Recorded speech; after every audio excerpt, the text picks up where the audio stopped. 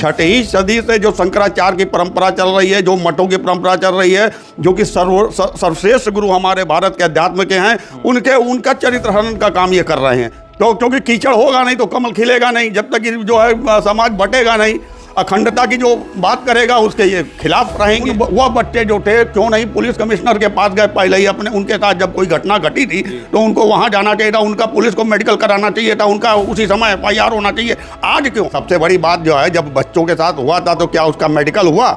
Medical तो हुआ नहीं उस समय। आशुतोष ब्रह्मचारी जो है वो खुद ही तमाम तरह का जो जमीन कब्जा और फलाना और मंदिरों मठों में कब्जा, लूट पाट के सभी संगीन धाराओं में वो अपराधी रहा है। वो कई बार जेल गया हुआ है। वो जो है 2-2 बटुकों को लेके आया, और वो बटुक भी जो है इनके आश्रम से है, इनके मठ से है ही नहीं है। बीफ का एक्सपोर्ट जो है इस सरकार में कितना बढ़ गया है, करीब 10% जो है बीफ का एक्सपोर्ट बढ़ गया है। ऐसा नहीं है कि आपकी सरकार के आने के बाद हम लोग संकट मोचन जाते हैं, या विश्वनाथ जी का मंदिर बनने के बाद आपने जो बनाया है उससे पहले हम लोग विश्वनाथ जी का दर्शन नहीं करते थे। ये तो सरकार के पोषित और पाले हुए लोग हैं, जिनको जो है अध्यात्म के क्षेत्र में महत्व बना करके जनता से वसूली कराने का एक खेल खेला जा रहा है। जैसे धीरेन्द्र शास्त्री भी है, हम लोग जाते हैं, पैर छूते हैं, हम लोग को प्रसाद बैठाते हैं, जो बच्चे और बटूक जो वहाँ पर आकर के अपने जो पढ़ते हैं, वंदना करते हैं, उसको हम लोग सुनते हैं, और उसके बाद जो है हम लोग को प्रसाद मिलता है, और प्रसाद लेकर केला और सेब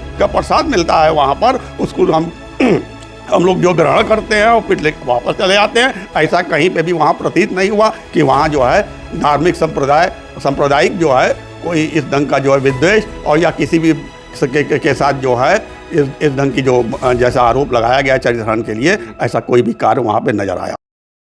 साथियों, बहुत बहुत स्वागत है खुशखबरिया में। शंकराचार्य अभिमुक्तेश्वरानंद पर जो FIR हुई है पॉक्सो के तहत, उन्होंने अब हाईकोर्ट में याचिका दाखिल की है अग्रिम जमानत के लिए। लगातार कांग्रेस पार्टी के नेता उनके विद्यामठ आश्रम पहुंच रहे हैं, और इस पर बातचीत करने के लिए हमारे साथ कांग्रेस पार्टी के वरिष्ठ नेता राकेश चंद्र शर्मा जी हैं। एक बार फिर उनसे बातचीत करेंगे और जानने की कोशिश करेंगे जो पूरा प्रकरण हो रहा है कितना उचित है, और जो शंकराचार्य जी कह रहे हैं कि सरकार हमें पता था कि इतना प्रहार करेगी लेकिन इतनी निश्ताई करेगी हमको ये मालूम नहीं था। बहुत बहुत स्वागत है आपका। बहुत बहुत धन्यवाद भैया। सबसे पहले तो ये बताइए कि जब आपको पता चला कि शंकराचार्य जी के ऊपर यौन शोषण के आरोप लगे, FIR भी हो गई, अब कहा जा रहा है गिरफ्तारी भी हो सकती है, इस पर क्या कहेंगे? देखिए, जो वर्तमान सरकार है प्रदेश में, योगी जी की सरकार है और केंद्र भी, इनके खिलाफ अगर इनसे कोई भी आदमी जो है, कोई भी संस्था, चाहे वो सामाजिक हो, राजनीतिक हो, और चाहे अध्यात्म गुरु हो, उनकी अपनी एक पीड़ा थी जिसको वो कहना चाहे, जिसको इन लोगों ने सुना नहीं, और इनको जो है माघ मेले में स्नान करने से रोका गया। उसका जो इनके मन में जो द्वेष नहीं कहेंगे, सॉरी, उनके मन में जो पीड़ा थी, उन्होंने कहा तो उनके खिलाफ जो है इनको इनके पुलिस प्रशासन सब लग गई। बटुकों को मारा गया, कहीं चोटी खींच के मारा गया। एक बुजुर्ग थे, उनके मुंह पे जो है लातों से पुलिस ने मारा था, वो हॉस्पिटलाइज थे। तो ऐसी स्थिति में जो शंकराचार्य का जो प्रतिरोध था और जो उनके लोगों का प्रतिरोध था, उसको कुचलने के लिए ये वर्तमान सरकार हमेशा से चरित्र हनन का जो कार्य करती है, उसी जो प्रक्रिया है इनकी, जो वर्तमान सरकार की, उसी के शिकार आज हमारे शंकराचार्य, जो कि छठी सदी से जो शंकराचार्य की परंपरा चल रही है, जो मठों की परंपरा चल रही है, जो कि सर्वश्रेष्ठ गुरु हमारे भारत के अध्यात्म के हैं, उनका चरित्र हनन का काम ये कर रहे हैं, जिसका कि हम सब जो है हम सब प्रतिरोध करते हैं, और हम सब शंकराचार्य के साथ खड़े हुए हैं। और निश्चित तौर पर शंकराचार्य जी जो है अग्रिम जमानत के लिए लखनऊ गए हैं, क्योंकि यह कानूनी प्रक्रिया है, और उस कानूनी प्रक्रिया के अंदर उन्होंने ये कहा है कि हम, पुलिस जब आई है तो उन्होंने कहा कि हम पुलिस का सहयोग करेंगे, पुलिस मुझे गिरफ्तार करे, और वो सहयोग की बात जो दूध का दूध और पानी का पानी हो, और जो सत्य है वही सामने आएगा, क्योंकि उनको अपने अध्यात्म पर, अपनी जो है विद्वत्ता पर पूर्ण विश्वास है, और जो आरोप उन पे लगाए गए हैं वो निरर्थक है। और कोई भी जो अध्यात्म से जुड़ा हुआ है, जो जरा सा भी जो है साधु समाज के जो लोग होंगे, वो कभी भी ये स्वीकार नहीं करेंगे कि हमारे ऐसे गुरु के, शंकराचार्य जी के ऊपर इस तरह का जो है आरोप लगाया गया है। तो वो उसको कभी स्वीकार नहीं किया जो जाएगा। लोग आरोप जिन लगाया गया है तो बहुत सारे लोग कह रहे हैं कि बच्चों ने गवाही दी है और जो आशुतोष महाराज अदालत में ले गए एफआईआर जो करवाई, उन्होंने कहा कि सीडी भी है हमारे पास, सीडी भी उसकी बनाई गई है। तो भैया इसी जो सीडी बनाई है वो कोर्ट में देंगे ना। सबसे बड़ी बात जो है, जब बच्चों के साथ हुआ था तो क्या उसका मेडिकल हुआ? मेडिकल तो हुआ नहीं उस समय। अच्छा, अब जो है इतने दिन बाद जो है जो व्यक्ति जो आरोप लगा रहा है, आशुतोष ब्रह्मचारी जो है, वो खुद ही तमाम तरह का जो जमीन कब्जा और फलाना और मंदिरों मठों में कब्जा, लूट पाट के सभी संगीन धाराओं में वो अपराधी रहा है। वो कई बार जेल गया हुआ है। वो जो है 2-2 बटुकों को लेके आया, और वो बटुक भी जो है इनके आश्रम से है, इनके मठ से है ही नहीं है। तो ऐसी स्थिति में जब मेडिकल नहीं हुआ है तो क्या वो आज मेडिकल होगा? कैसे माना जाएगा कि ये घटना घटी है? तो वो बच्चे जो थे क्यों नहीं पुलिस कमिश्नर के पास गए पहले ही अपने? उनके साथ जब कोई घटना घटी थी तो उनको वहां जाना चाहिए था, उनका पुलिस को मेडिकल कराना चाहिए था, उनका उसी समय एफआईआर होना चाहिए। आज क्यों?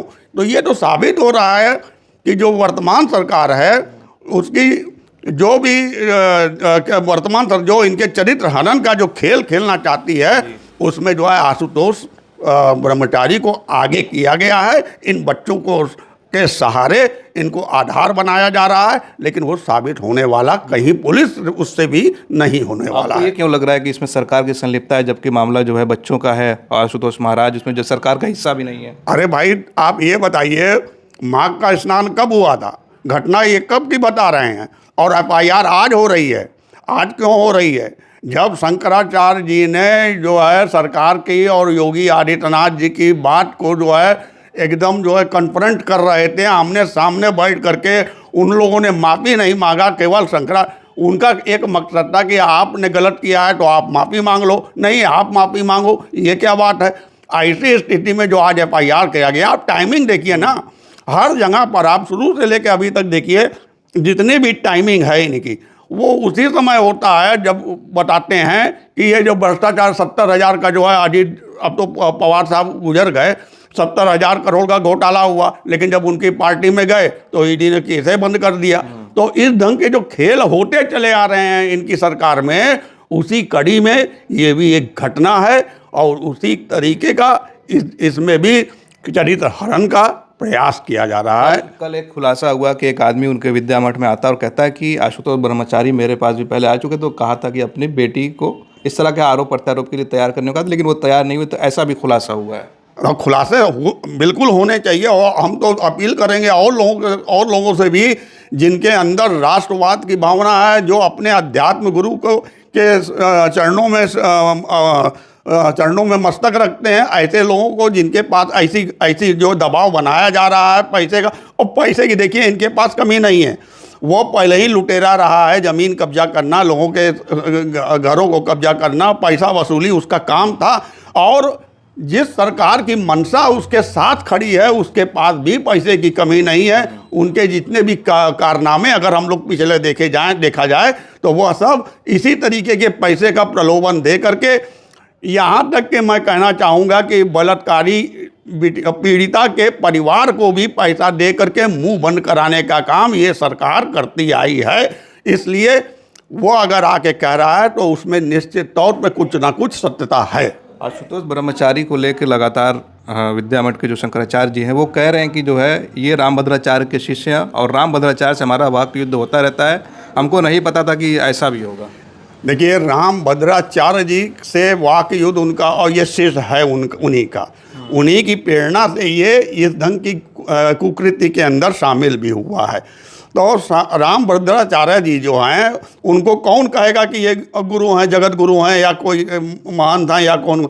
ये तो सरकार के पोषित और पाले हुए लोग हैं, जिनको अब जो है अध्यात्म के क्षेत्र में महत्व बना करके जनता से वसूली कराने का एक खेल खेला जा रहा है। जैसे धीरेन्द्र शास्त्री भी है। आज बताइए कि जो क्या कहते हैं आशाराम बापू हैं, या वो जो पंजाब का है राम रहीम, इन लोग को पैरोल मिल जा रही है, और उनके साथ पुलिस का सहयोग रहता है, सरकार का सहयोग रहता है, सिक्योरिटी रहती है। और एक शंकराचार्य जो सत्य और अहिंसा की लड़ाई लड़ रहे हैं, जो पूरे देश के आज पूरे विश्व में अपना एक संदेश दे रहे हैं, उनके खिलाफ ऐसे लोगों की ज़रूरत इनको नहीं है जो कि समाज के अंदर विघटनकारी ताकतों का समर्थन ना करें, जो उसका विरोध करें। तो क्योंकि कीचड़ होगा नहीं तो कमल खिलेगा नहीं, जब तक कि जो है समाज बटेगा नहीं, अखंडता की जो बात करेगा उसके ये खिलाफ रहेंगे। गाय को लेकर लगातार ये आवाज़ उठाते रहे हैं, उसी का नतीजा हमारे साथ। हाँ बिल्कुल बिल्कुल सही बात है। आप देखिए ना, बीफ का एक्सपोर्ट जो है इस सरकार में कितना बढ़ गया है, करीब 10% जो है बीफ का एक्सपोर्ट बढ़ गया है।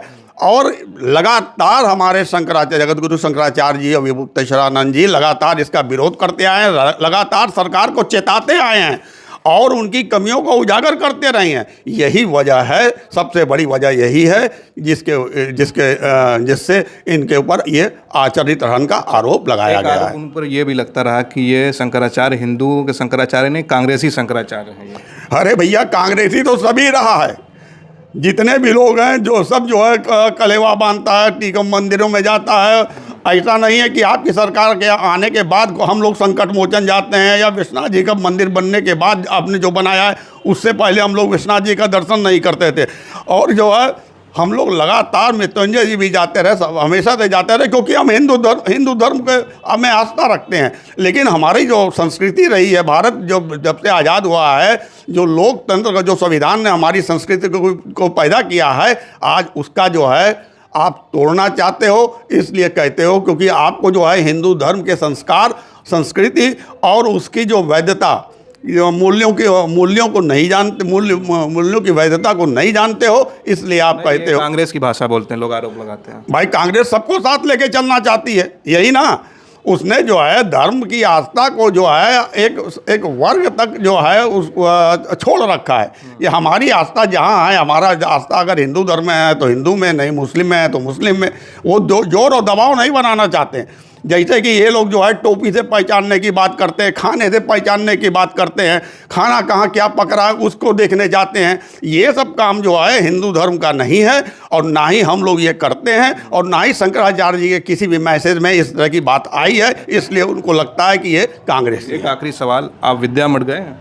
विद्या मठ में कई बार गया हूँ। कभी महसूस किया कि वहाँ ये सब काम होता होगा जो आरोप लग रहे हैं कि जो है वहाँ पे उनकी सखियाँ रहती हैं? एकदम नहीं। हम लोग जाते हैं, पैर छूते हैं, हम लोग को प्रसाद बैठाते हैं, जो बच्चे हो बटूक जो वहाँ पर आकर के अपने जो पढ़ते हैं, वंदना करते हैं, उसको हम लोग सुनते हैं। और उसके बाद जो है हम लोग को प्रसाद मिलता है, और प्रसाद लेकर केला और सेब का प्रसाद मिलता है वहाँ पर, उसको हम लोग जो ग्रहण करते हैं और फिर वापस चले आते हैं। ऐसा कहीं पे भी वहाँ प्रतीत नहीं हुआ कि वहाँ जो है धार्मिक सांप्रदायिक जो है कोई इस ढंग का जो है विद्वेष और या किसी भी के साथ जो है इस ढंग की जो जैसा आरोप लगाया गया चरित्रहरण के लिए, ऐसा कोई भी कार्य वहाँ पे नजर आया हो। कांग्रेस खड़ी है उनके साथ? कांग्रेस बिल्कुल खड़ी है, और हम सब अजय राय जी के साथ खड़े हैं। अजय राय के निर्देशन पर, उनके नेतृत्व में हम लोग शंकराचार्य जी के साथ खड़े रहे। चलिए, बहुत बहुत धन्यवाद। हमसे बातचीत करने के लिए हम बात कर रहे थे राकेश चंद्र शर्मा जी से, जो कांग्रेस के वरिष्ठ नेता हैं। आप इनकी बातों से कितना सहमत हैं और लगातार जो है इस मामले पर पूरी अपडेट आ रही है। एक नई अपडेट जब आएगी तो उसके पर भी हम हाजिर होंगे। आप देख रहे थे खोज खबरिया। बहुत बहुत शुक्रिया।